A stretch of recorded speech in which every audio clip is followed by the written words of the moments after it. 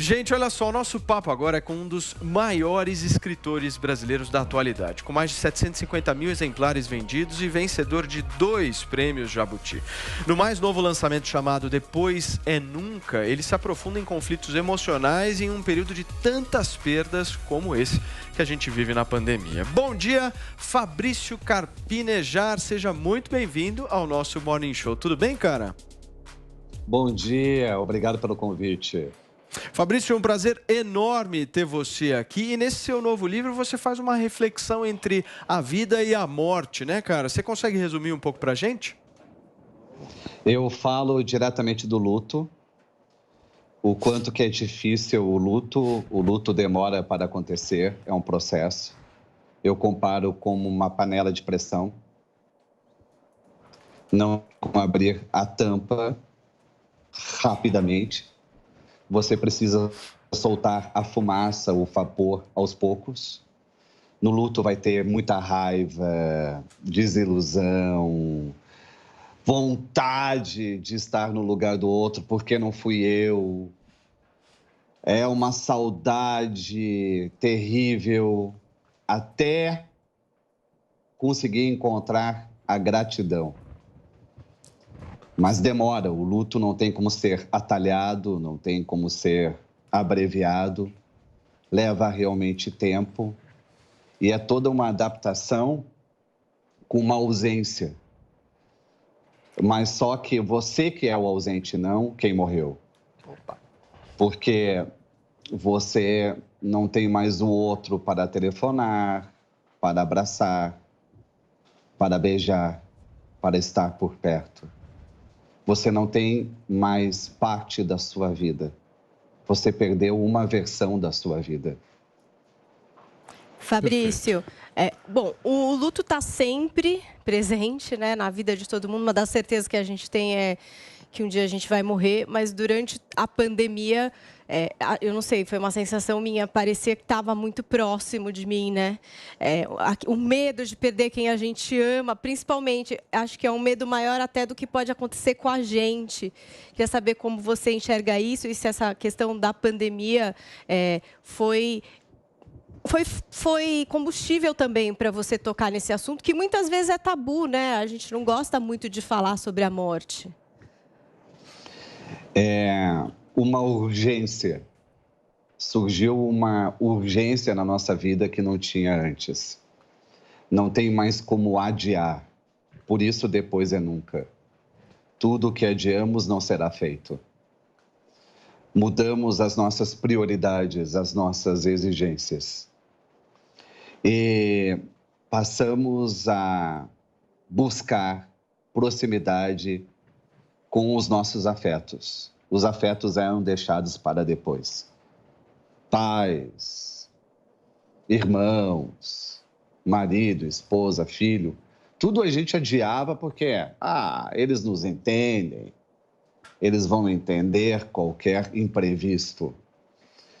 E com a pandemia, você viu que é preferível ser imperfeito, mais presente, do que idealizado e ausente. Joel. Carpinejar, bom dia.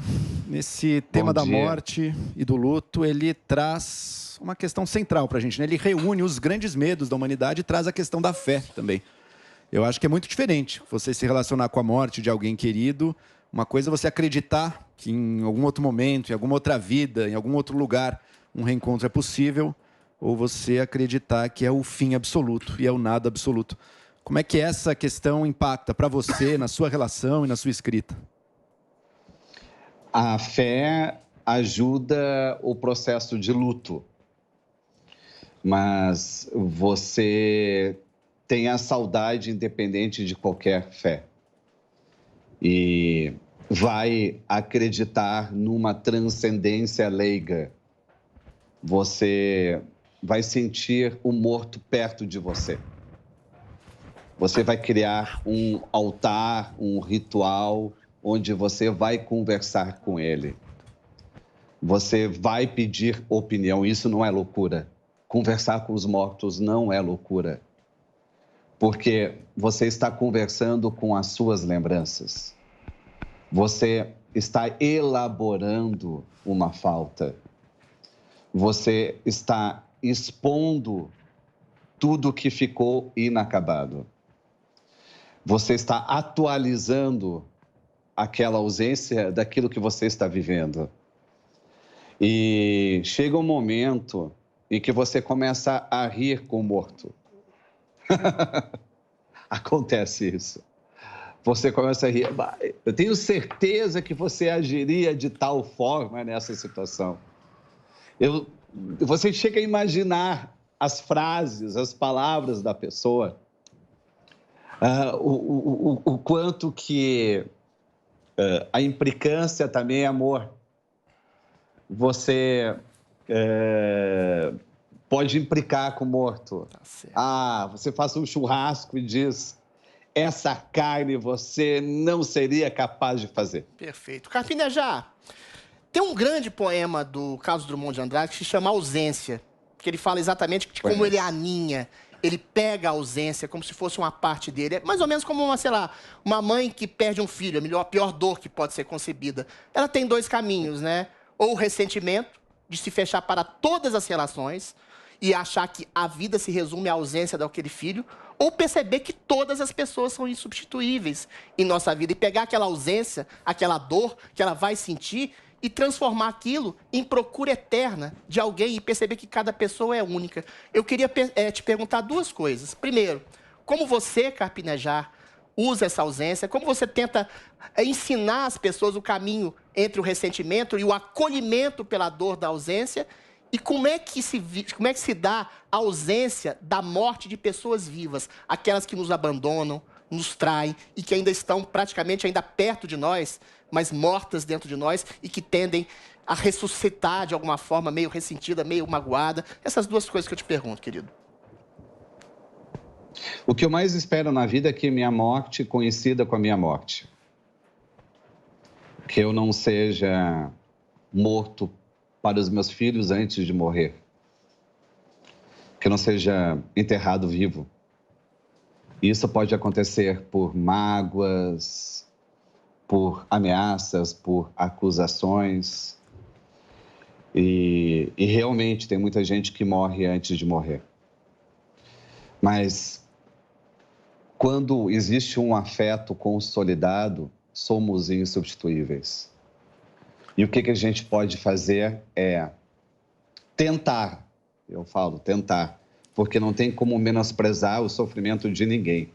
Tentar agradecer o fato daquela pessoa ter vivido e não ficar restrito ao fato de ter perdido ela. Carpinejar, muito bom dia. Eu queria saber de você por que a gente ainda tem tanto tabu para falar da morte, né, ou do pós-morte. Por que isso ainda é um tema que as pessoas tendem a evitar? Por que as pessoas têm tanto medo ainda de falar da morte? É a incerteza do que vem depois? Queria que você comentasse um pouco sobre isso. Se você se acha imortal, você pode continuar se boicotando, pode continuar mentindo, pode continuar procrastinando, pode continuar falseando, fingindo, não realizando os seus desejos, os seus sonhos, as suas convicções. Você tem um pretexto, você acha que terá tempo para contornar a sua situação precária de ternura. Por isso que nós fingimos que a morte não existe e não gostamos de falar da morte e batemos 3 vezes na madeira quando alguém menciona a sua aparição. A morte, ela nos ensina a ser intenso. Zoe. Carpinejar, tem algumas pessoas que não vivem o luto, né, quando acontece, ficam num estado de choque e continuam a vida normal. Você acha que não é saudável isso? Você acha que é saudável você viver o luto no momento que acontece a perda? Ou você acha que é perigoso no futuro você não ter vivido no passado esse luto e no futuro você começar a viver esse luto atrasado? Deu para entender? É ótima reflexão. Eu sempre fico reflexiva quando eu vejo alguém que no momento da perda não vive esse luto. E eu sempre me pergunto isso, será que no futuro pode ser perigoso para essa pessoa? Esse sentimento, né, reprimido pode vir à tona? Não acho que seja perigoso. Até porque o luto, ele não é feito num passe de mágica. Não vai acontecer num instante que você quer, premeditado, planejado. Nós ainda não nos damos conta do que estamos vivendo. Todo mundo que perdeu alguém durante a pandemia não pôde enterrar, não pôde velar, não pôde prestar uma homenagem, não pôde fazer um hino de gratidão, não pôde jogar rosas na terra. Então, o luto ainda não começou para essas pessoas. São desaparecidos, não são mortos. Depois que encerrar a pandemia, daí sim vai começar o luto. Hoje as pessoas estão catatônicas, perplexas, seguindo de um modo automático as suas vidas, do jeito que podem, não tendo tempo para chorar e não acreditando ainda naquilo que aconteceu. É uma fase de incredulidade. O luto pode levar de 5 a 10 anos. É tempo, é muito tempo. Você precisa mudar. Você vai mudar, você será tocado por aquela ausência. Você não tem mais como ser o mesmo. Você é incentivado a não morrer tão rapidamente quando a pessoa que se foi. Porque continuar vivendo é a melhor homenagem que você pode oferecer a alguém. Ô, Carpinejar, primeiro, obrigado, cara, de você participar aqui do nosso Morning Show. Esse livro já está em todas as livrarias do Brasil, certo? Depois é Nunca. Nós estamos exibindo, para quem nos acompanha por imagens, o livro do Carpinejar, que é um autor extremamente renomado, conhecido aí em todo o Brasil e faz excelentes reflexões. Nesse caso, a gente está discutindo justamente essa reflexão sobre as perdas que aconteceram na pandemia, nesse momento difícil que a gente está vivendo. Carpinejar, você está no Twitter também, né? Twitter, Instagram, qual que é? O meu Instagram é Fabrício Carpinejar, meu Twitter é Carpinejar, minha fanpage é Carpinejar e meu TikTok é Fabrício Carpinejar. Então tá fácil. Valeu, querido. Obrigado pela sua participação aqui no nosso Morning Show. Fabrício Carpinejar, escritor extremamente renomado, participando aqui do nosso Morning Show nesta quarta-feira. Carpinejar, volte sempre e venha pessoalmente para a gente poder se conhecer também. E obrigado pela densidade do espaço e pelas perguntas um tanto, sabe, valiosas. Valeu, querido. Volte sempre por aqui.